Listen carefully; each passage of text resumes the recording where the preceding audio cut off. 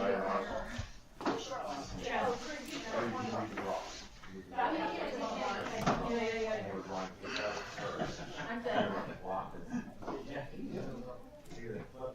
you have a pen in your office?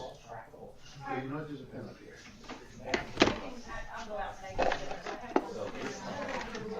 Mike. Oh, you got a whole bunch? Yep. Nice.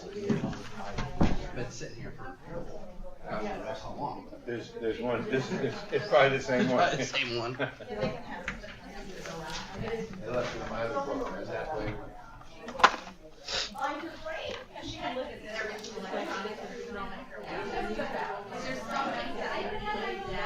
Maria, you can look at Teresa's today, and then she'll make you a new here, and then I'll make yours. Absolutely. That's the same stuff. Thank you. Are you sure we can share? Yeah. Hi, Bill. How you doing? How you doing? Hi, Mike. You know, Chris. I'm looking at Yeah. Oh, yeah. That's scary, but I believe it.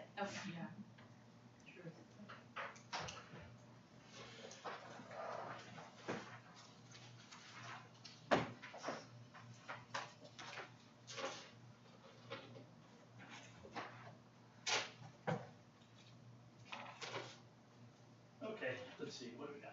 4:01, I'll call this meeting to order, the Wednesday, February 21st, 2024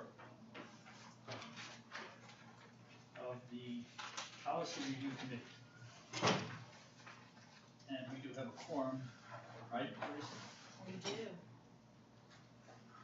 And first of all, I'm really excited about this committee. I think it's just a great committee with a lot of energy, and thanks for those that sent in their top three. And we'll talk about that later. Okay, let's go to continued discussion, food services policy. Who wants to take that?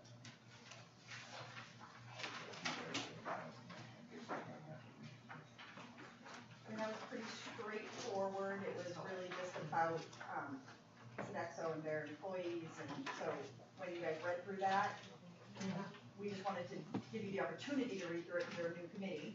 Previously, that had been already moved forward to the board and then sent back here for review. So did anybody have any concerns regarding that policy? There was a comment made at the last meeting about uncollected amounts for lunch. That's a different That's a policy. different policy. But I wondered if, in dealing with Sodexo, you can build in, if you're going into a contract with Sodexo, I wondered if you could get a reduced fee for those people that aren't paying. Have you ever thought about that? You mean have Sodexo make the phone calls to families? No, they built in the contract for them, there's a certain amount, you mentioned a significant loss, Yep. it adds up. Yep. And maybe there's a way that it can be built in, To Sodexo. I don't To think it's Sodexo. following. so if you're going into a contract that essentially has, 1 year, 2 year? Yep. And they're giving so many, items in their contract, could one item be, a certain amount for uncollected, food? Yeah. Do you know what I'm saying? I do, I think I know what you're saying. In other words, whatever contract we do with Sodexo, Yes. could they own part of it? It seems like it's on the BOE. I'm not sure how the contract is even written. Yes. I really don't know, but it's on the BOE to collect all the funds. Yeah. And that was one of my policies that I submitted. Yeah. I have families that, they're just not paying. Yeah. They're not even trying to pay. But I'm thinking about the long term. I mean, we were able to get bailed out by ESSER funds over a period of time, I guess, when we were accumulating all of this excess funding, but what about the future, Yeah. So, I just don't know what you're saying to ask Sodexo to do. Would That's- Sodexo be willing to eat some of the loss? Yeah, Thank you. basically, Thank- bottom thank line. you, Mike. Really, yeah. Probably not. But if they want the contract, and if there's some give and take, they're not gonna do it for nothing, but, you understand what I'm saying? I don't, I don't know the nitty gritty of the contract. It's I don't also- know what it looks like. Sodexo also makes the decision, and I say this, we have other issues at the high school, like with the amount of food that's given, I've spoken to them numerous times, and the size of the kids and how much to eat. But when Sodexo continually gives meals to kids, right, there are times we don't know about it. So, but then they give us a bill for 12, 15, 18, 20,000, they say, your kids owe $20,000, and we're like, well, Wait a minute. we didn't give any food to them. And I understand the kids have to eat, so I think there has to be a better way to work together to kind of establish the goals we need to work on. Now, what that is, I'm not exactly sure at this point. Nor I, right. Now, what we've been doing is putting in, we've been mailing the letters home and putting it as obligations for kids. So before they graduate, they have to pay. We're gonna back it up even more, and so when we have a dance, we're gonna say, well, you can't buy a ticket unless your lunch fees are paid. So it's just that, I think these are good conversations, but they address a different policy. But they Right. address a different policy, and I figured we would talk about it at that time to see, you have recourse on the secondary level. They don't. We have none. can't go to middle school unless it's paid. We're not keeping Right. records. And should it be passed on to a child?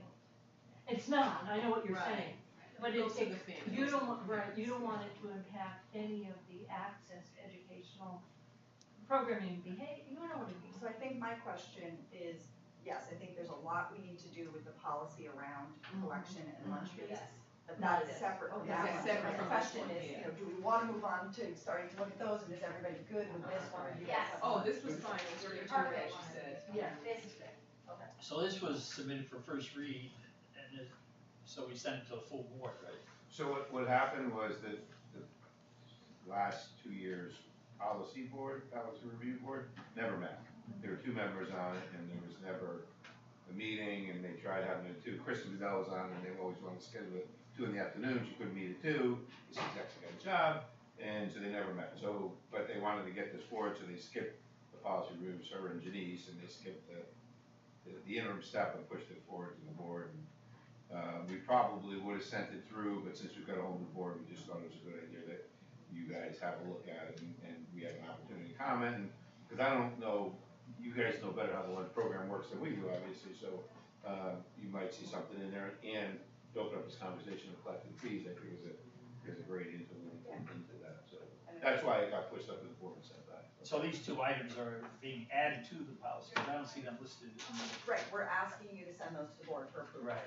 So if everybody's good with it, then that would be where you take over, and you can say if you wanna vote or send it Yeah, forward. so if we could have a motion to, I say aye. second, any other discussion? All in favor? Aye. Okay, passes unanimously, thank you.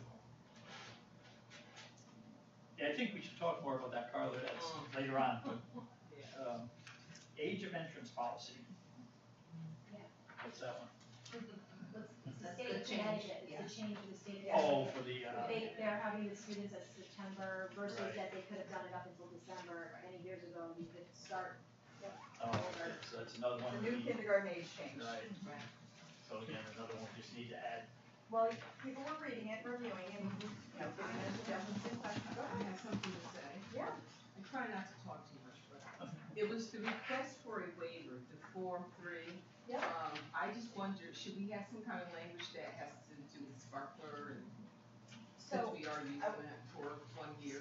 maybe in like an addendum, my concern was to put it into a policy, because what if we never wanna use it again, Right, right? If you right. put it in there, then Change we're, it. and it's What stuck. if, what if you change it? So that's why I think it was just a Well, this is screen. on the waivers, not on the policy, it's on the waiver, the thing that they would have to fill out. Okay. It just, there's just no language that says, to go into Sparkler, fill out a rating, that's all. I would It's say just- maybe we could add some language that says, you must complete the district approved screener. You That's must it. not name I it. like that. That's all I'm saying, I yeah. like that. Yeah. Little notation I have.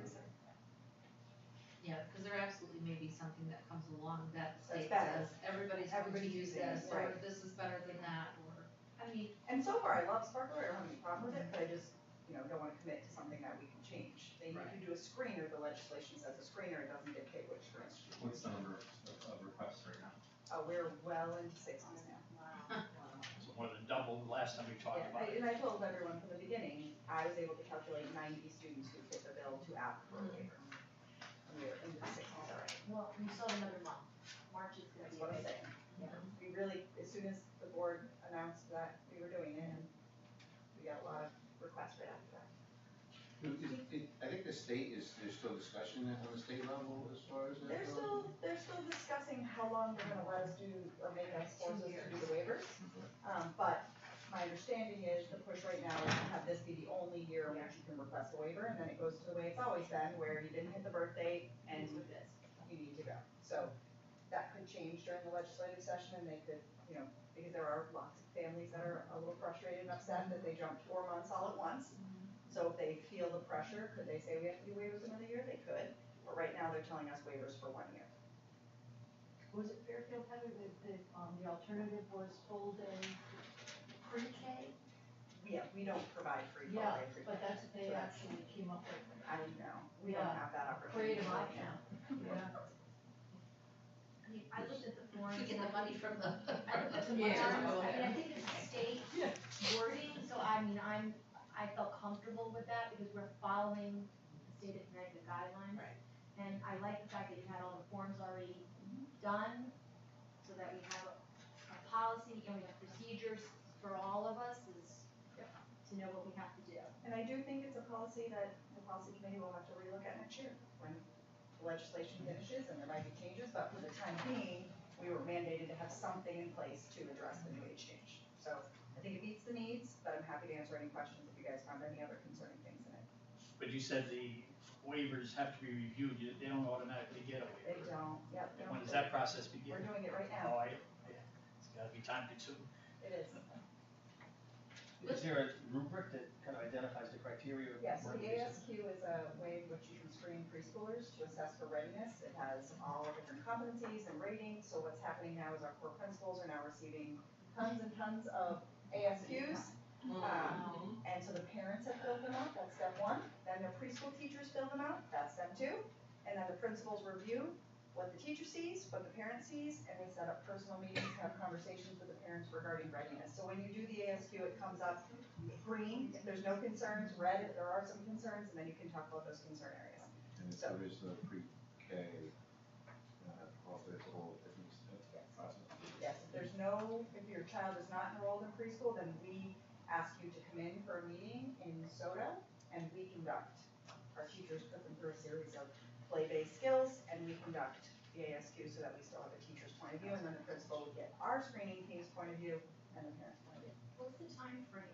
It sounds like there's a lot of steps, so. So right now, every parent who has requested a waiver has completed the ASQ, done their part. That's So we are now waiting for the teachers to do their part, which I would suspect will be done in the next week or so. That's with the current 60-plus requests.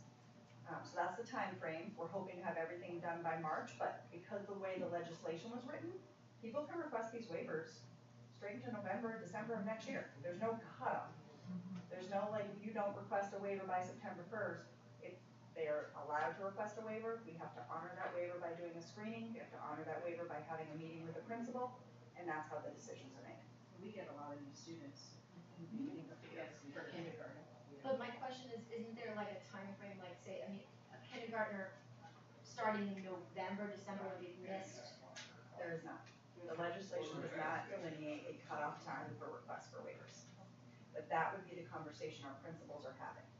Your child has now missed 2 months of learning, Yeah. here's where the ASQ is coming in, here's where your concerns are, and that's where that conversation is. And can we add language in our That's what I would like to policy that would, You can't go against legislation. but if it's not dictated in the legislation. The legislation says there is no deadline. Oh, it specifically says, okay. Doesn't say that there's no deadline for this year. For this year, because this year they're So allowing. they did waivers. for, I know you said that they had said 1 year, So but they it makes wrote that in sense. for Yeah. your parameters, so. For the first year of implementation of the new kindergarten age, parents may request a waiver if their child does not meet the deadline of age 5 by September 1st. I think, look, why don't we have a motion on this age of entrance as it is, no discuss.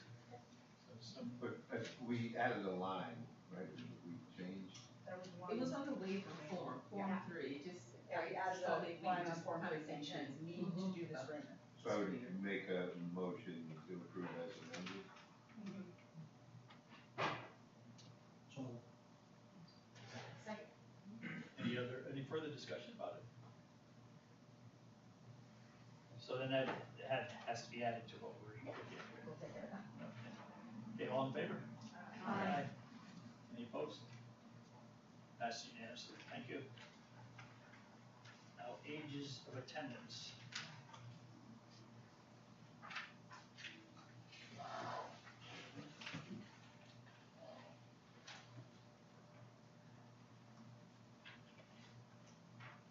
what is this, a new, state policy, or is it something we haven't had and we wanna have? Meetings of attendance. Oh, admissions and placement. That's the one that you just did, I thought this would have been. Yeah. Yeah. I think it's a continuation of the first, It's a state change. it's a state change. Changing it to the letter H. I think the next one is admissions and placement. Oh, right, So yeah. put that on. Yeah, I'm we looking put that, at the yes. last,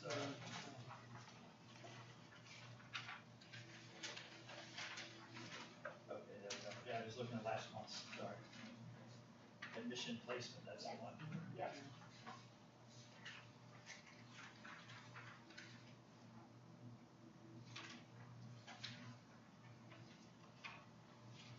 So again, this looks like a new policy. Yes.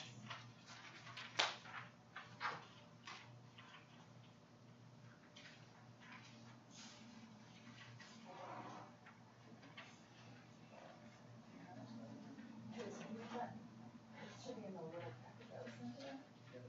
That one was, they were sent to them at the last meeting. I can go get one. Yeah, I just wanna see what they're looking at. Heather, you want to? Oh, thank you. The original one is like 2 paragraphs. Yeah, that was a short one. So this is sample policy to consider. Oh, this is one more for you, Jack.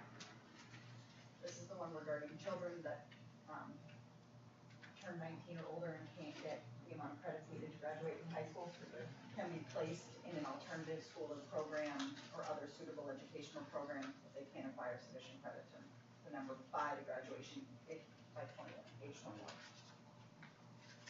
And then 22 for special education students.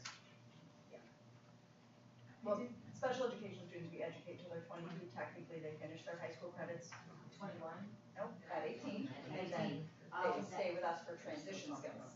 They don't take their diploma because we're continuing to service them for transition skills, not for academics. Okay, So they still have to meet their graduation requirements. okay. They're in the 6-year graduation, majority. Yes. So they don't take their diploma till.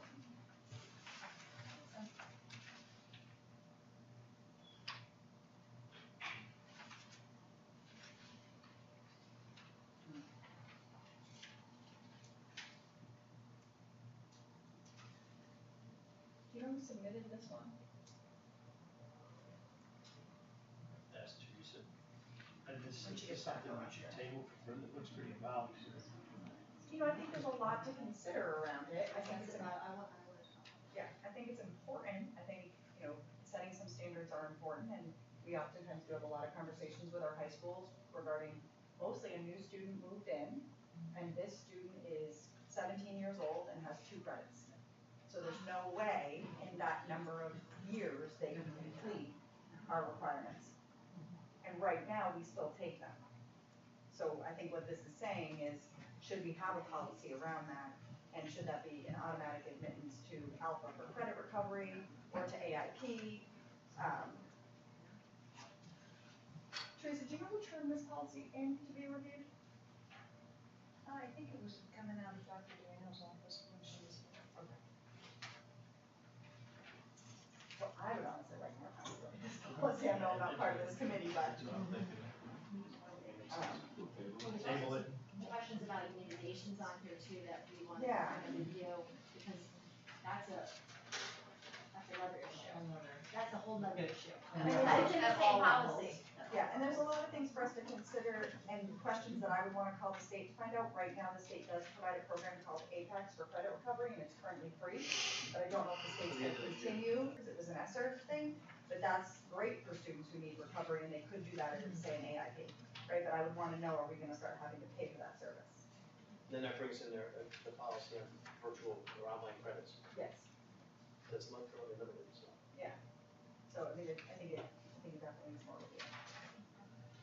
And is that just a short version of it there, or is there, No, there's a lot. there's a lot, okay. Oh, you don't have a copy? Here, I pitched, yeah, there you go. copies and see if there's any coach and. Right, motion. Okay, we need a motion to table, right? I'll make a motion to table till the next meeting so that more will be made on 5/21/11. Second. And I'll, send an email request to our building high school principals to ask them the number of students that would kind of fall in this category on average per year. So we can look at what it might be impacting. Okay. Okay, all in favor of table? Aye. Any opposed? Passes unanimously. Okay, other policies. First, let me give you the results of the survey. Number 1 was student residency.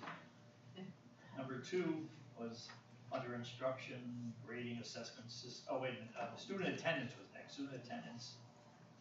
And homework policy was third. Those were the top 3. I mean, just about everything, but those were the top 3. But Marina, you just put down student, what did you mean by that? The student attendance, the student, all of that. Oh, okay, all of it. Yep. The first 2 that you just said, Yeah. so I'm in both categories. But before we talk about those, can we go back to the, Carla, the whole Yeah, policy there, because you know, I have questions about it too. when you read that policy, you know, it does talk about, principals are really the debt collectors of this. Do you know what page it's on, Carla? Okay, here, let me, That's what I take a know. look. Just the number, if you have the number. Hold on. Okay, actually. It's in the 37. It's the, food service charging policy 3542.43. 3542.43, food service charging.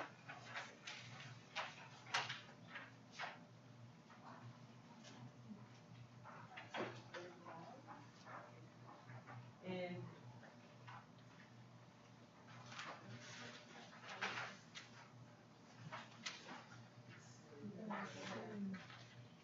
Carla, say the number again? it's, policy 3542. Yeah. I was close. Yeah, it's food, service charging policy. You know, and for instance, under the second page, elementary students, if I can read a little bit of it. Alright. It says the district uses an automated prepayment system which allows parents/guardians to view their child's meal account balances, purchases, whatever. Any student whose account has insufficient funds, i.e. at the charging limit, does not bring a meal from home, may charge any combination of meals up to an amount not to exceed the cost of 30 meals. We don't follow that. We don't follow that. I have families with a $300 balance, you know? And so it says the negative balance status can be avoided by making payment. And listen, I write down for all of my parents the many ways in which they can pay off their accounts. Online, cash, they can, you know, come in or what have you. And what I'm finding is I have families who have not made any attempts to make any payments. And I'm having to spend a lot of time trying to collect these monies. But the problem here is this policy is not really properly enforced. Because there's really no recourse. There's really no accountability. We're not gonna ever deny a kid a meal, that's not what I'm advocating. But what incentives do parents even have to even pay off their bill? One family outright said, well, we're not gonna pay our bill, but nothing's gonna happen. They said it. They said it to my cafeteria supervisor. So with that attitude, how are we gonna collect money? So what's gonna happen is, right now, Chapel alone, we have over 3,000 families owing us for meals, and it's the same families. And I can't imagine what the other schools are, but that adds up over time, and, you know, I'm a taxpayer in this town, it's gonna hit me, you know. So, my thing is, we just don't have any recourse here. If families are supposed to pay, then what are we doing? I mean, there's no, and I talked to Pam about it, what can we do to encourage them to pay their bills? Because right now, there's nothing in place to hold them. Pay their bills, and I would ask you, are they not willing to fill out the free and reduced? That's what I was gonna ask. I push that, free and reduced, and this year, There's no more if they're reduced. reduced, they still get a free meal. Yes. And That's every right, because breakfast we're is part free of for the everyone. stable. Eliminated, We're right? part of the stable, so trust me, we push that. And But, also, I think it's interesting too, it says the principal is responsible for maintaining a fund of money to loan students. right, we without don't loan- have that, that's the Without other with loan thing. sharks. We don't have that, you know, But and, Gotta bring me a pack of smokes if you want. I Let's make agree a with you, deal. Shay. yeah. I think we have to go back to the one thing that I think is the big concern, I'm gonna go back to what you said, Heather. That form, because we have parents who, one, yes, maybe are not wanting to pay, but the other thing is that they don't have the funds, but they're also maybe struggling with filling out the form or understanding. Listen, I'm playing devil's advocate, I believe it's torn between two, because I know that we've, not to get caught, we've had some situations where we see kids not eating it, and we're like, honey, did your parent, and they didn't fill out the form, and then there's a language barrier, there's a cultural barrier, or there's an educational barrier, or there's a reading barrier, and we have them just, it's not all the time, you're absolutely right, and there are some that don't necessarily abide by the rules. But is there a way we can I use the word mandate, so Maybe that it could we, be part of required, the beginning of Required. school forms. Yeah. everybody has to fill it out, cause then we could then we can say, Yes, right. okay, there it is, we gave you an opportunity, if there is a financial, because again, I agree with you, we don't wanna say, no, we're not gonna feed your child. Right. So if there's a financial need, then the forms are filled out, we can see that there is a financial need, and then that's covered, that's dealt with. That's for those cases. For those I think what Carla's talking about are the ones that I mean, not all of them, maybe there's a couple like that, but the majority that I dealt with when we were not free, they were mostly reduced families, so they're already reduced, and yet they still are not paying. So, why do we, I mean, I understand the moral piece of it, but why do we not wanna say to the parents, if you don't pay, we're not feeding your kid? You know, and at least force them at that point to either come in and say, we can't afford it, I don't know how to fill out this form. But if you send little Johnny home, 3 days and he hasn't eaten, mom and dad are gonna call. And when mom and dad call, say, we need you to fill out this form, you can eat for free, you just gotta fill out this form, that's all you gotta do. But then we at least, I mean, there, if you tell me there's gonna be, if you tell any kid, or parent, there's no repercussions for your bad behavior, you're not gonna change. Well, that's it. About a year or so ago, Sodexo actually used to give those kids who did not have the funds a cheese sandwich. Then I found out the cheese sandwich cost the same as a regular hot entree, so that made absolutely no sense. And they were still in their arrears. So, again, why have a policy when it's not gonna be enforced? It's just not enforced. So then, but then enforcing it, I think, means that we either have two options, we either force the parents to do what they're supposed to do, or stop feeding the kids that are running up the bill, and I think if we stop feeding the kids, then parents will do what they're supposed to do. I know in Stratford, we used to have trip and fall all the time. And the attorneys were like, it's cheaper to just pay them off than litigate, and I said, no, we have to stop, and then as soon as we started litigating these cases, the trip and fall stopped. And then the same with the blight ordinance, we didn't, and we found a way, and I know a lot of parents are renters, so we couldn't put a lien on their home for their food bill, so that would kind of take that, but that's what we did, we found a way through legal avenues to put liens on, and now the properties are cleaned up, it was enforcing stuff, and it sounded terrible that we had to do these things, but once we did it, people started behaving appropriately, so, as terrible as it is, maybe that's what we have to do. Are you concerned about putting kids in the I know equation? that, right, yeah. I'm with you, hold the parents accountable, Right. but the, It's the food child insecurity suffers. or, it just is wrapped up in shame. And to have a little kid I know. involved and the parents, either laziness or financial struggle. How about connecting it to the report card or teacher conferences? Is there any other hook that doesn't involve the child? Well, I'm wondering what the process currently is. I mean, the only end that I know as a social worker about it is that usually I get a heads up, right? Just in case there's anything else going on, and that letters get sent from the principal's offices to, saying, hey, You have a balance of this? The letters get sent automatically from the cafeteria. Okay. I send my letter in addition to, and Okay. I personalize my letters. Wait, your Okay. cafeteria sends out the letters themselves? Yes, Is it's, it Sodexo? it's automatic, every week she sends out letters. We get, Every week. we get stacks and they ask us to mail them. Yeah, it's generated every week and we do mail them. But then what I do is I do a follow-up. I have my own letter, put it on my letterhead, and I'll say first notice or second notice. I highlight what the amount is. And then I put on the in the letter, all that they can do, like fill out an application, they can pay by cash. I just kind of take down what they can do in order to settle their accounts, but I personalize it, I put their names, you know. Right.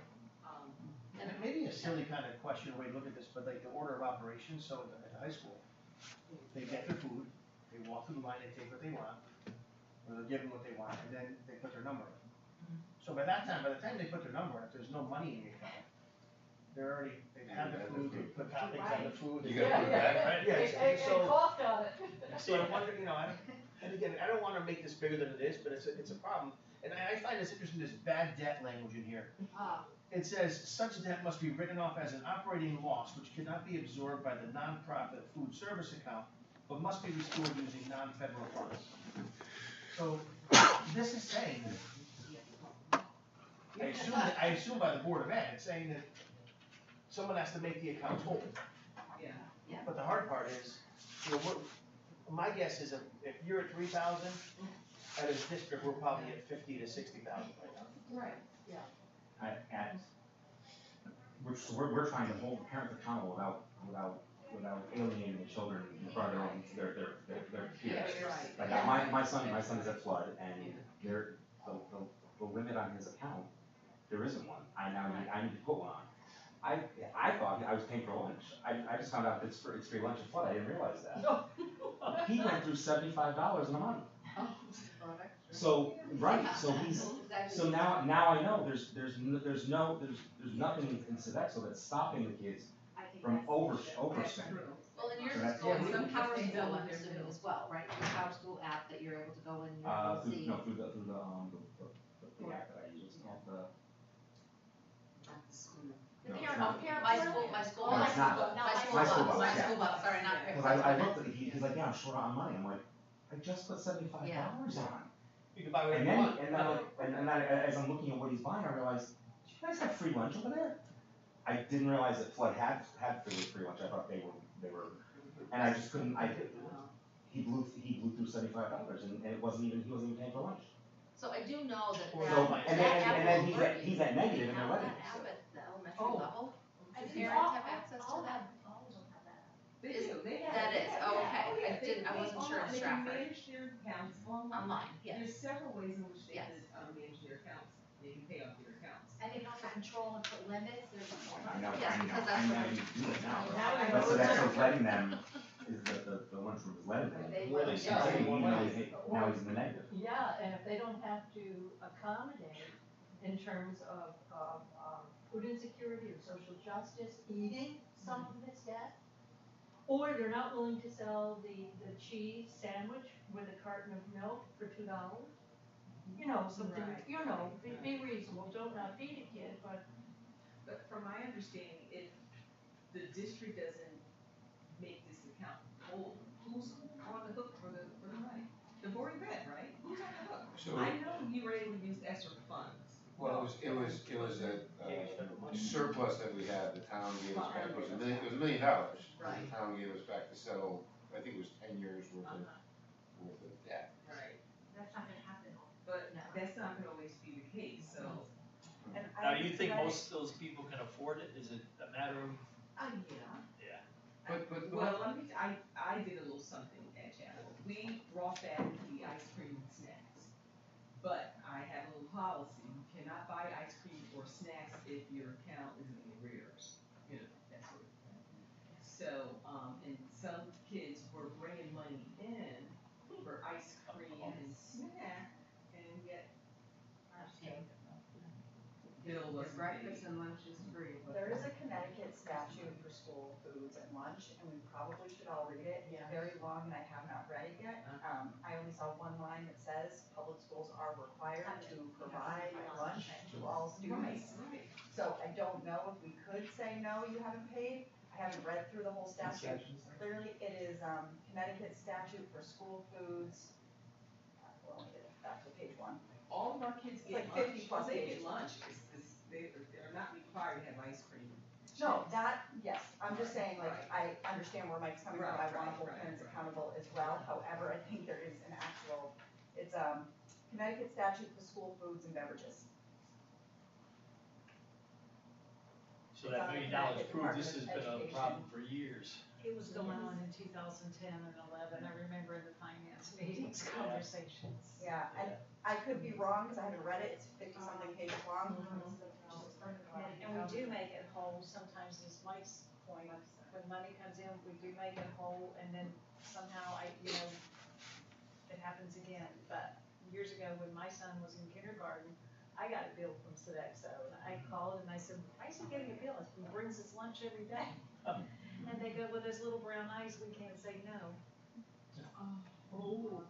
So you can't say, based on the state law, I guess you can't say, You can't say no, but I. you gotta bring your own lunch until you pay the bill. And I wouldn't go that far, I don't know yet, I would need to read this thoroughly, because, you know, there's innuendos in a 57-page. Yeah. So I have to read it thoroughly, but I think that that will dictate where you can go with this policy if you know what our state laws and regulations are. That's a good baseline. And I I'd be wonder though if curious. that would help with the contracting piece that you're talking about as well, you know, that if you're able to kind of find that piece where you can flip it with them when we come up, and I don't know if we recontract every year with Sodexo or not, but, you know, talking about that and referring back to, you know, the state mandate, and we have to be able to feed the kids, but it can't put us in the hole either. There's only a certain amount, I think, what is it, Aramark and Sodexo in the whole state of Connecticut that we can contract with. And I don't know if they even cover, like, Aramark does this region and Sodexo does this region, I'm not really sure how it works, but. Even to Sue's point with the contract and the negotiation, is there a way to hold them at least some part accountable? Like, you know, just don't be shoveling plates of food on to these kids, I mean, you have to be, you have to have some controls yourself, but. I mean, they're the vendor with the contract, and the principals Are are the collection agents. Well, and that's what I was It thinking blurs about, why- educational and supportive boundaries. But I wonder if they billed and it wasn't, so if there's accounts in arrears and they're sending things and things aren't being paid, if it was able to be put back on the contracted agency, then they would send it to collectors versus we would not. Because it would be a bill. And you are the educator, you support you. And even, so I was the vice president, still am vice president of Stratford United Travel Soccer, we had a long list of kids who didn't pay. And we had offered scholarships, if you can't, come down and talk to us, we even developed a form. So they gave me the list, and it was my job, and I called all the parents and said, hey, if you don't pay up by the end of the week, the kid's not gonna be able to play. We had no intentions of not letting the kid play, but we collected like 95% of the money that next week. Once we laid that down, and I don't know if we can do that, but literally the parents were like running up to us, like, here, I don't want my kid not to play, you know? I have a question, I don't know if we when you can do talk that, with though. Sodexo, and we look at this policy, can the food service provider be more tied into the policy? Yeah. Right, so if they wanna have a contract, they have to agree to the language in the policy that the Board of Ed adopted. Yeah, you're the purchasing agent. That's It right. makes sense to me. Yeah. These are our expectations. This hasn't been happening. Yeah. Now, another question, Heather, and I think I know the answer to this, but if my son went to school, my youngest, and got free lunch for a month, and it was a $400 tab, so let him buy whatever he wanted. And then they reached out and they contacted me and said, fill out this, we do free reduced lunch for him, and we qualified. It doesn't eliminate the debt. It just means you get free lunch moving forward, so you still have the debt. And I do think we can work with Sodexo to say you can't just give kids anything they want, right? They can't just go free spending. But I'm looking further and nationally, and we do participate in Healthy Meals program, so we do follow that, and it says, if you participate in this program, it prohibits you the denial of any meals or meat or milk to a student for any disciplinary meeting, including not paying. I think we So have it's to like go, a federal law. I think we've gotta go back and get all these forms in, because that will be our first step. Because I'm not saying we're gonna eliminate debts. I'm not saying we're gonna eliminate everyone, what I'm saying is that I'm sure that there are some families right now that are struggling who have not filled out this form. And sometimes In people my are opinion. embarrassed to fill it out. Exactly, But if we made a requirement every year, it's a requirement, Beginning of there's the no year judgment, then there's we no. get it from everyone, then it's a You're still requirement. gonna have a chunk that run it up, I agree. but we Yes. can provide a lesser meal. The meal has to be a reimbursable meal with milk. It doesn't have to be. So our policy A says full at the buffet. secondary level, the student will be given the same meal Right. that the other children are Right, provided. but our policy does, I'm reading the federal law, so I'm just saying like this is. We can. Regardless, Our policy can always go stronger than the law, you can't break the law. That's We're gonna get through food today. But this sentence is crazy, but the school's principal responsible for maintaining a fund of money. That's exactly, you're all over that right now. I mean, I do think that that probably needs to be amended, our Where's principal. Yeah. where's this, Really where's this long little time. side business you guys are running? to- I know, to pay for these It's meals? number three, we get 3 back, or It's it's how got it a works. side hustle up Well, there. that reminds me of another That's where your question. side, that's where your side hustle is? You know the clothing bins that all the schools have now? That money's supposed to come directly to the school. Do you get the checks?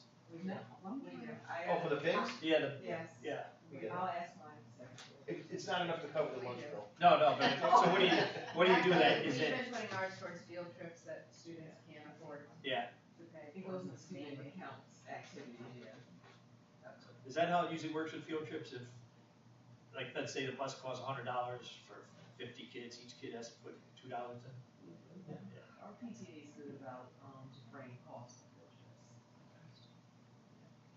I'm just keeping that in mind, because the Veterans Museum, we keep saying we'll pay at least half the cost of the bus.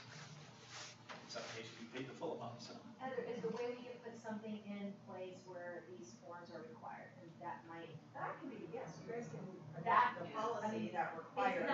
it's not And harming anyone the enrollment parents has to or do the it. children, it actually might help families by saying you have to fill Now, this out. families, when they fill it out, could turn it back in without putting financial information on it. But we But can that's- require them to. But even if you require, what if they don't? We have forms that we require too, and you know, evaluations don't get done and You still have to let the think kids about the in, consequences. what is the consequence? Cause you're gonna have some that won't fill it out, whether they can't, and they're too embarrassed to say it, or they're just. The hard part is we're still back to what Reduce the Carla. numbers though. It might. What about possibly adding it to something our family outreach That's what I was I thinking like about. that says, idea. you know, take the form with you when you do your home visit, you watch we have family outreach people heading out to do those, so take this form with you, go to their house, help them fill it out, bring it back. And I wanna know if the forms are in different languages, because that's, we have a Like, large a lot. diversity of I population know we in have our- Spanish and English, I don't know about the rest, but I can check on that. because we have people from all over the world. But we have, again, everyone should have a copy machine in their schools that can translate. One of your copy machines should be able to do that. If you don't know that, ask your psychologist, because they know. You have to ask your psychologist. Our copy machine or the I need to- program. You have a program in success, but there's also a copy machine that translates. When the But copy. I don't know how many, Okay, sorry, I don't know how many languages. I'm writing this down. I don't know how many languages. Copy machine? Like, I know that you can change it, Google Translate and all That that. doesn't always. That doesn't Well, and the work. school sites have that program where they can, cause I'll upload things and send them to Katrina and then And she you can flips it train into them to look at it and whatever, change the yeah, language, for yes. me and then So send it back. most of the time I give it to we've given privileges to our psychologists who have to do a lot of change documents for, file requests and things like that, but we do have that capability, I don't know how many languages, Maureen, but I do know it does. I think that's a good thing, because I think we have to look at the needs of our community. But I think if you look at some of the changes that, Carla had said and some of the ones here, you can look at this policy and you can make it slightly more accountable. Still to feed the kids, but you can make it slightly more accountable, including home visits that will happen, we'll report to the outreach team. And so forms that- that need to be filled out. Forms that Beef need it to up. require a form to be filled out, if the Yeah. form's not filled out, it'll be turned over to our family outreach teams, will produce a home visit in which we try to support the family in filling it out. So how do we revise this policy? Do we have like a subcommittee that works on it, or? I mean, you're in charge, but if you want my recommendation, I would suggest as you guys go through your list of priorities, like you had 3 top priorities plus this one. Right. Yes. I would break into small groups, work on the revisions, and then come back for a review with your team.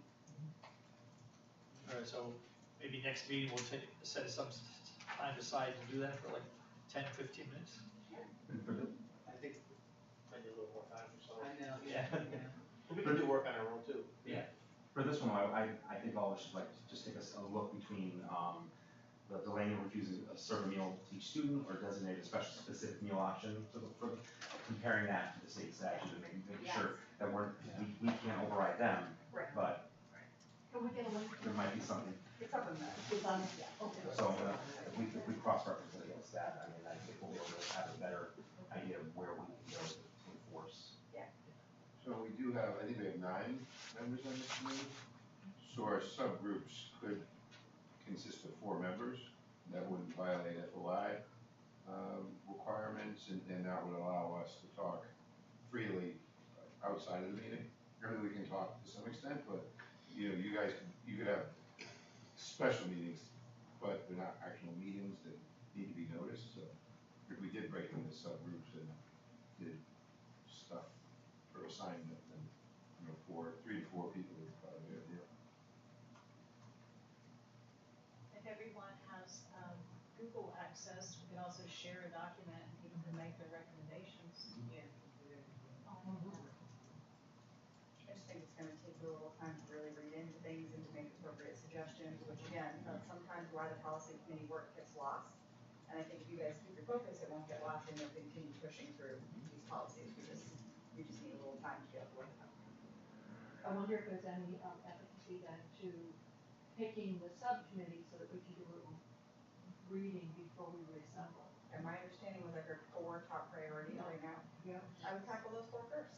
Yeah, we had 3, and this, I would say this is This is your board. right up there for it. Yep. Yeah. And just to maybe save some time, I can reach out to Floyd Dugas, our attorney, and ask if he has any suggestions or what it might be for the legal aspects and how do we get around it? If there's a way to work through this legally, or if it's just like, what's in here is the best one we're gonna get, so. Probably Michelle would be the one we reach out to for that, Yeah. because she does the student stuff. Yeah. But we can definitely have her give us some advice.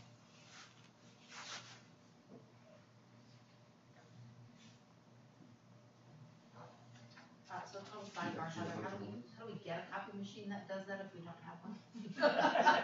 Rob just said back to me, he's like, not that I know of.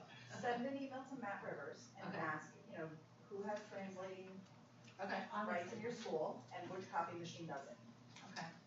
Rob might be surprised, he might find it. We might have one, well, ICC does a people on. My understanding was every school had one, so. I'm gonna check with my school psychologist, so. The Michelle you referred to, should have heard of it. Yes. Typically, a Bergman Moses, Michelle does all things students. Okay, so everybody has some reading to do on that topic. So let's talk a little bit about student residency, since that was number 1.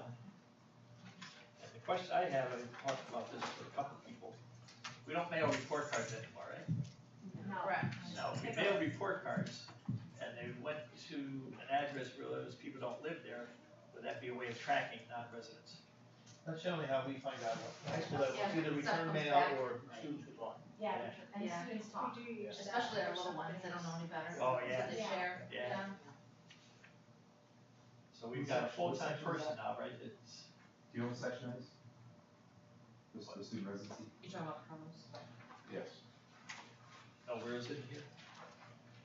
Just the numbers, if you give us. Oh, for the student, for Student the residency. residents. Oh, Residency is at the end of the, 5,000. I know, thank you. Toward the back of the book. So, just so you guys know, Eli Whitney has a copier that translates. How'd you find that Ask my wife.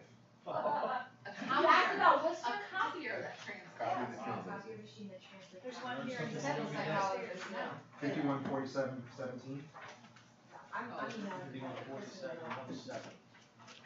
5147. Yeah, it's right behind the 5.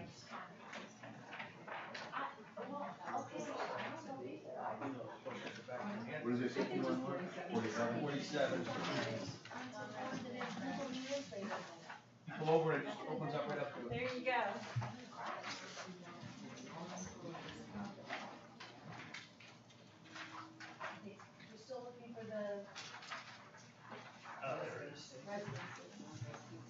and then the 5,000.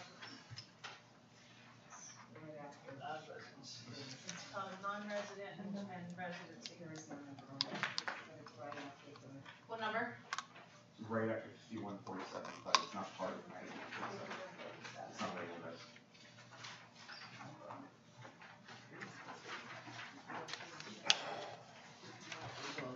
If you go to 5147-17, the last page, the next page is not resident. Non-resident, The last- residency. The last page. Do you have it? It's 2005, this policy. It's right before 611, like literally right before it. Well, she said it's a program online. and Oh, see, I training. just texted her too, I was like, what do you mean we have a copy of the?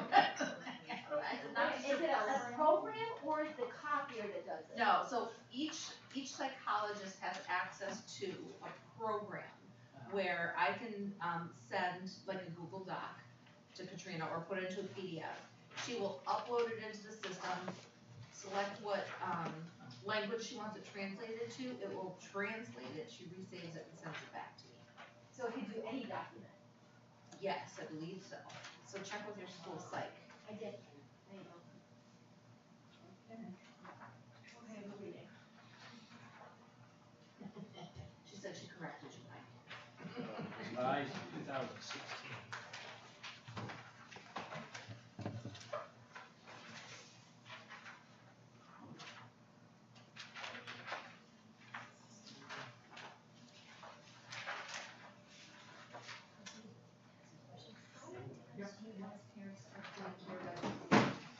Like, do you, like, after they register, do you go back every 2 years or 3 years and say, everybody's gotta update? They did that a few years ago for everyone in like 4th or 5th grade, they said everyone has to, Yeah, but that was rare. that was like one time they've ever done it, That yeah. was a one-time thing. That And should we be had on the list. I do have, people that are we allowed to ask a question about this? Yeah. And Teresa, I don't know if you could contribute to this conversation, but, and we had a residency hearing today, and one of the parents had this sworn affidavit that was created by the Stratford Public Schools that says, you know, Jack is gonna no longer live with me in Bridgeport, he's gonna live in Stratford, to go to school in Stratford. So, is that a binding legal document, or is that? That document is basically for unaccompanied, which not just they decide to come here and go to school, it's Okay. for like those that have not gotten custody at this point, but yet the kid has nowhere to be but with an aunt or a grandmother. And they'll go get an affidavit, just so we more or less know, here's the situation. It's not a custody, we always encourage, they have to go get custody at probate. Yep. But obviously today, that one, they were using it in a And different. that's a couple of times where I think that we've gone through that in the last 2 years where this affidavit is signed off by family members, just in a setting, it could be here, it could be at registration, but it's not necessarily a court document, which, even with a court document, it's illegal to transfer guardianship for educational purposes, so I think one way to tighten it up is to really kind of look at that language and, because we need to we need to educate our students, but not everyone else is too. And the other thing is, maybe we should have like built-in check systems, because once you register in kindergarten, it's a very long time until high school, that's 12 years, and there's a lot of things that can happen in 12 years. I can sell my house, I can buy another place, and no one's asking for any I updated. know when we That's went right. through that, we had a good number of parents say, I did it once and I'm not doing it again. And the secretaries. And now it's I mean, they can only online, reach I out mean, so it's much, very I mean, easy, they're not they can gonna- just, anybody could go online and upload their Yeah, They're not documents willing so to easily. do it. Well, then they get a letter saying. Well, if you're not Well, willing to not do it, maybe prove because you don't live in residency. No, Stratford. if you don't prove residency, then you will be, disenrolled, I mean, Because the burden of proof is to prove residency, yeah, Right. right? It's, I mean, from what I'm hearing, it's still a problem. Yes. yes. residency is a problem. And one of the Carlos problems is is, doing a once great they job. get that letter and you say you'll be disenrolled at such and such date, by right, by statute of the state, the parent has the right to ask for a hearing. They may know they don't live here, but they can ask for that hearing. And that Then you holds have to them. take it to the And hearing. we're- We had a scenario back in the summer where we had someone that we went through the state hearing, they even took it to the state appeal 3 times. And then finally, the state came in kind of like a day late, a dollar short to say, we don't believe they're a resident of Stratford, but meanwhile, in that time, the house burned and where they did Now they're live. And so homeless. then they ended back up where they said they were here. And it's like, but that was one of the most Under the bizarre, Homeless Act. because the state gave them 3 chances. Can we not say if you prove residency, you will be you have an opportunity to You prove could give residency. that deadline. Yeah. Like, you could give that deadline and say within a certain, Time frame. Or maybe at certain age points, I mean, not for every year, but every. Not every year. But every kid going into third, sixth. I think transitional years. But that disenrolling idea, doesn't that become an issue, like if you're disenrolling and they're not enrolled somewhere else? That's a DCF Doesn't that issue. become and now we have to it puts a DCF requirement onto the staff at the school, so now we Yeah, gotta, It we could, gotta, now but we that's have to- not, I'm just, but it's not a listen, I've done it. I have to. I've had to It's do not it. that- It's not that, big a deal. it's, We're asking you to follow directions, right? That's and what we're not, and we're You giving follow you a time directions. frame, and you're not being targeted. Right. It's everybody entering 7th grade has to do this, everybody entering 9th grade has to do this, everybody, Just like when I think of physicals are mandatory. Yeah. Now we're starting to enforce that again, for a while we didn't. You need physicals in these grades, you need approved residency in these grades. I mean, I think there are other towns, by the way, that do they that. keep behind on the physicals, I know if physicals aren't done by that certain date, they can't come to school. And I also think it's important, and yes, I think when you do a one-time thing, Diana, you get pushback. But if it's a If it's a policy, policy, it's established, it's a it's policy, communicated, that's a policy. you know, It's a upon policy. entrance into Stratford Public Schools, That's what I'm upon saying. entering middle Yeah. school and entering high school or fifth I grade, think whatever this you is wanna do, this is you're simple. required to uplift information to prove you're a resident. And And no one can complain about it. But No, sorry, you guys always come back, you do all the legwork and then, but they have a bed in a grandmother's house and then there's nothing you can do, but the child over and over says, I'm coming from Bridgeport. Yeah. I But- will say but that the Carlos grandmother- is going to the Bridgeport addresses, if we have those, and he's doing Yeah. surveillance, so we're not. Yeah, he's done a great job looking at- So we have 2 He years, has. so he did a great Us job. too, yeah. Yeah. It just seems like Stratford is so easy, families to come in and just, you know, Stay. right. I can't imagine Westport, Darien, just certain towns. Believe it or We'll not, have we've this gotten issue. 4 letters from Fairfield this year that they Yeah, have Fairfield- students that believe. When I was in Fairfield, they belong had in 3 Stratford, so full-time they people do. employed in residence, wow, to check schools. Well, I remember an Uber driver telling me he would pick up kids in Bridgeport and bring them to the Stratford schools. Yeah. And then the one that topped it all was at BJ's one day, very publicly, one cashier yelled out to the other, I got billed $10,000 by the town because they caught my kid going to school in Stratford. The other one says, well, you could've used my address. That's how Well, bad it was. it would be good if people allow others to use your address, find it as well. Yeah, Yeah, hit their pocketbook. that happens a lot. Oh, fraud. Yeah. It is. All right. Fraud. It seems so easy and, you know, I'm not being facetious, but, you know, our bills are, you know, I think about the budget, you know. And again, I'm a taxpayer, I think that way. And a lot comes And from a that, lot of special ed, you know. especially registration with new kids coming in, Yeah. you know, I'm logged in, I forget what that program's called. Do you know the program where everything's uploaded and you can print it out for registration? Power School? No, What do you, it's a weird program. I'll get you the the one name. we used to have, or what? No, they still use it.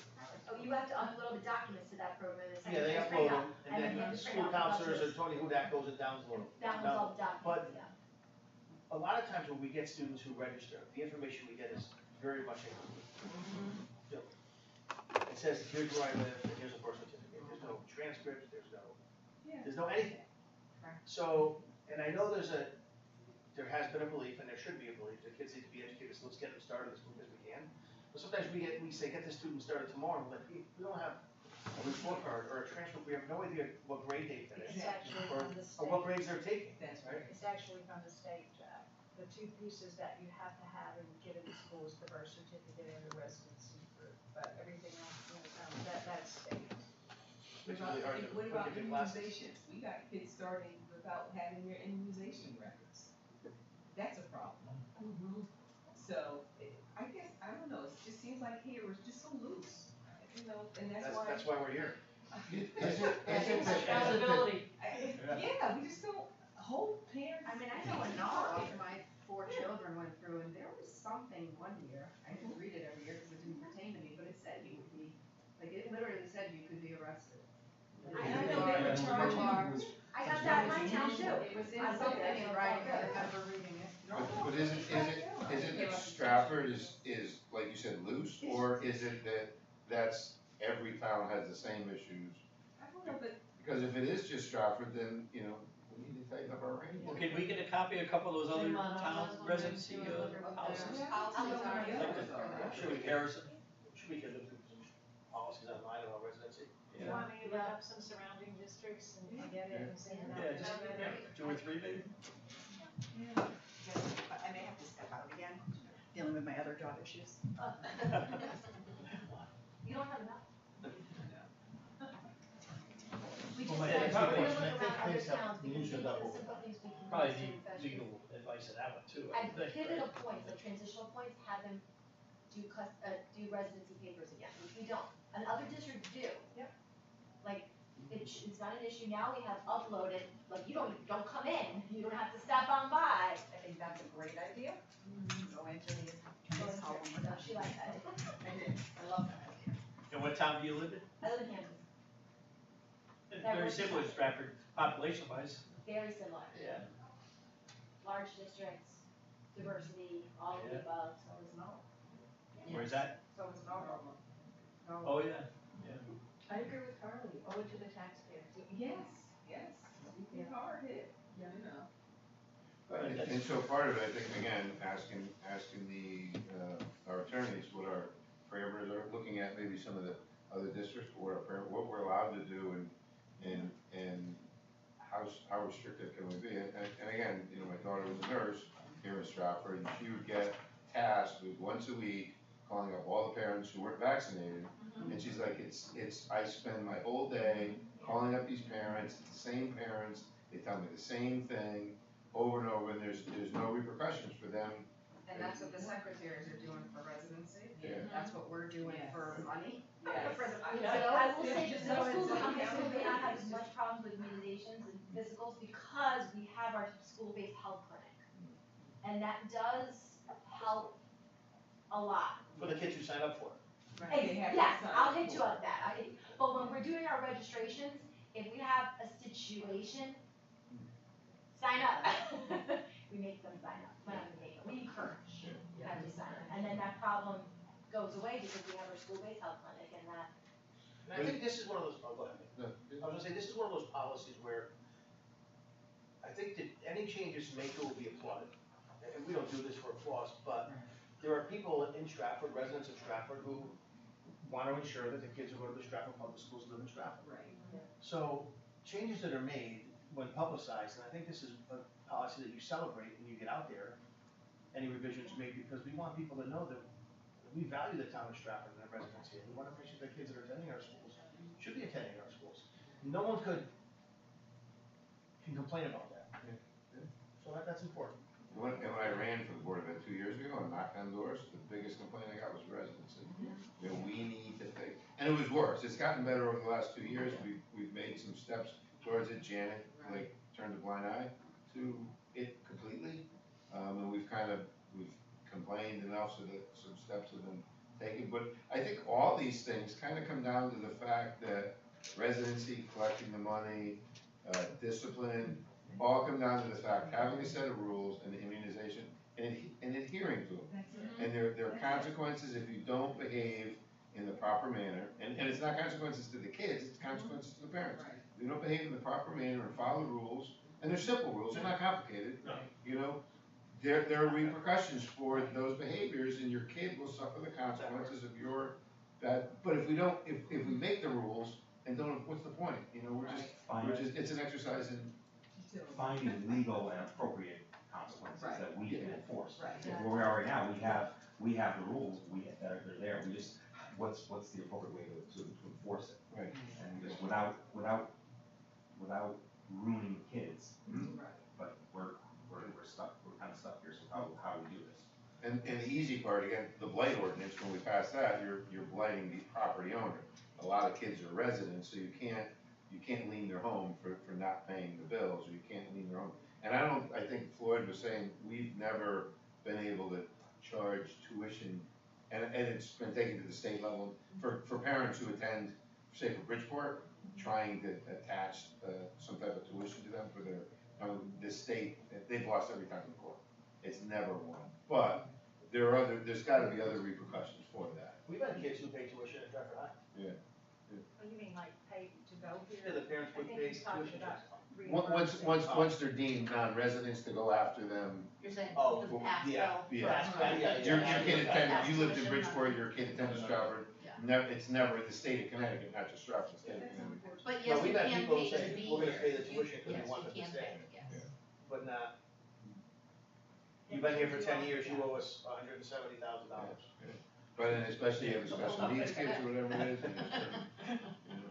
I think we have to change the story, cause the story in town, Stratford's known for it, you knocked down how many doors? Yeah. So that story just has to get out, that it's a little stricter. And when you start doing things like that, like submitting residency verification, Right. Yeah. you're gonna start seeing kids. I don't think it's that hard. And we have an anonymous tip line, and what we have to do is we have to know who they are, where they are, because we can't just go, oh, we're gonna find them if we don't know who they are or where they are. You have to have something to go on. But you know, in an educational endeavor, this is criminal activity. These individuals are stealing the education from the people of Stratford. And this is criminal. And I think when you talk about changing the story of, you know, what the rules are and what the accountability vis-a-vis consequences, these are criminal. It is, it's changing the narrative, and, I mean, even Bridgeport has gone, and they had like 10,000, drivers who drove past buses with their flag out. Yeah. Some crazy, and so they've They started putting started out billing them. public service announcements or whatever it is, and, it's illegal, you can't, whatever it is, but it is getting that message out, making sure, setting up the steps, with residency, maybe it's mailing report cards back out again, so we have a better, or somewhat of a handle on what's getting kicked back, what isn't, or having some type of a thing, and, we do have Carlos, and I know the police department has offered their services with residency. And Carlos works with them. Yes, he's an ex-officer, he's got a great relationship with the chief of police, so. I'm sure he's swamped though too. Yeah, We only have one in district, Right. correct? Yeah, he's busy, I'm sure he is. You He's said they're- busy just in my building. They're about the same size as Stratford, maybe a little bigger. But But I so- think, those are our two priorities. Let's let the others go to the next meeting. What was the third one? The third, or the second. So we- Second one was instruction, and then student attendance was the third. Homework policy, student And attendance. homework. That was the fourth. What number? Yeah, homework policy and, student attendance. What number was that? I don't have the numbers, I just. Was there a specific number for that? Homework policy 6154, What was that, 61? 6154, and student attendance is 5113. I think you put, when you sent us the email, you linked them. I did, yeah. Yeah. But that wasn't every one, that was just mine. When I put out Right, the but if we're reminder, looking, if we're gonna look at those two are already there, so if you Yeah, just they're look up Jack's. when I put out the reminder, I can do that. Perfect. Oh, You good. can link it right to the website. Okay, any, we have open discussion, anything else that anybody wants to talk about? Do you want to, last meeting's minutes? What's that? Last meeting's minutes, approval? You have to, on that meeting, you should. Oh, we don't have that on the agenda. It's a regular meeting, so we can add it, I think. What's that? It's a regular meeting today, so we could add it if somebody wants to make a motion to add minutes to. Oh, okay. So we want to make that. So, do you wanna just, at next month's meeting, we'll add all the minutes for both? Yeah. So it's part of the agenda. Okay. Anything else that we can think of? So do we wanna break into some small groups? Do we wanna take on, Yeah, you should. the 1, 2, 1, 2, 1, 2? Probably what, 3 groups of 3 or 2 groups of 4? Probably 3 groups of 3. Three. Well, is there, Leave is there Heather something out, about leave 4 Heather people? out. For some reason? We could be 4 or under, because 9, we have 9, 5 would constitute a quorum, Okay, so. oh, so 4 are on. If you do 4-4, then there'd be one person left out. Oh, Heather's out. It should be 3. She No, we have we 9 got enough members. to do. 1, 2, Do 3, 3, and 3. No, you tacked what you're We have 9. Yeah. 3-3-3. Oh, you want to be one? Okay. No. 3, 3, and 3. You doing this, Heather? Got enough to do, right? Well, I was a food service Oh, charge. okay. You think? I know. Attendance. Yeah, I deal with that every There you day, go, you got your every day. attendance right there. So who And else it's wants elementary, attendance? middle, and high. We need one more for attendance. Oh, good, Yeah, we well, want, 3 through 3. Yeah. and we have elementary, middle, and high. Oh, nice. Perfect. This is what we planned. I'll go on residency with this. I'll join Carla on food, on cost. So we need one more on food and one more on What do you residency. prefer, Chris? You and Chris? And I'll do attendance with you.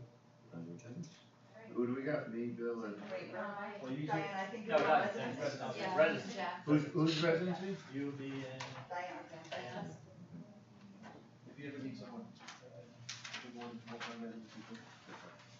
Well, we could put a fourth on. Jack, you wanna go in it too? Sure. You can. I mean, if somebody's got the effort or the wherewithal, we can make it up to 4, so somebody can be on 2 different So you pieces, could double do 2 dip. policies if you're really interested in 2. And then we'll bring it back to the group Yeah. and really walk through it and formulate it into a special. And there's nothing to say that any member of this committee couldn't, so anybody who's not on residency couldn't reach out to one of us with some comments or questions. I would just refrain from reaching out to the group of 4, because that would make a 5. But if anybody had a question or comment or thoughts on residency or vice versa, reach out to an individual Who's doing person. residency, raise your hand, 'cause I might have some thoughts. Yeah. Diana. Okay. Diana. And who's on attendance? Me, Marina, and Jack. But those are two things that I'm very interested in. Who's working with you? Me, Christopher, Susan, Susan reference, yeah. Okay. So I want to make sure I have your number too. So homework is on hold. Or email. you want us to find a Or we loan can- chart to help you out with that? Email it back. Oh, I think they put it on the Fairfield. That's what website. Oh, that's I'm fine. SN, I'm SU.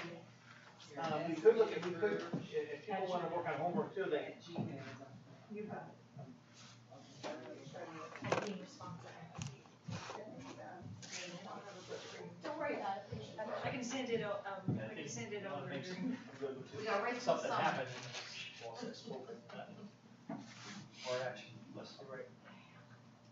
All right, so, next meeting, March 20th, 2024, as usual, this time seems to work well for everybody. Every year. Great group. Yeah, it's a really good idea. Yeah. But I think too, I mean, as we go through this and Jack's got a whole host of things he wants to do, I think there's a lot of work to be done. Yeah. I don't think this is we'll be done with this in 3 months. I think this is an ongoing, and a committee like this, I think should be year after, but continually, new thoughts, new ideas, new revisions, tearing everything apart, looking at it again, and staying in the state compliance, because those things change, but continually doing it, and it's a lot of work. I know you guys all do a lot already, but it's a lot of work, and hopefully it makes your lives easier if we get things right, and you can spend your time educating instead of chasing. The one thing I hate policies, laws, and ordinances that aren't enforced. Too often I've seen that. So for the next meeting, we should come with some Idea changes. suggested language changes for the policy we're working on. Right. Okay. Jack, are you okay if I create a Google Docs and I'll just type it and then share it? You want that funny? Just wanna make sure, unless you wanna do it. Yeah, I didn't know how to use, Heather taught me how to use Google when I first was in Trafford High. I think that way so that we're all. Why do you use Word? I like it. Okay. That's right up. Yeah, well, that was the beginning. I'm good now. I like this. Not everybody likes it though, I still have, Oh, Swift has me the same, she still uses Word for everything. and it doesn't transfer nicely into a Google Doc at all. But Google Docs is so nice because that, you don't have to worry about hitting save. I like that. so Lou can stop recording and just make a motion to adjourn? All in favor? Aye. Okay. That's- Adjourned at 5:00.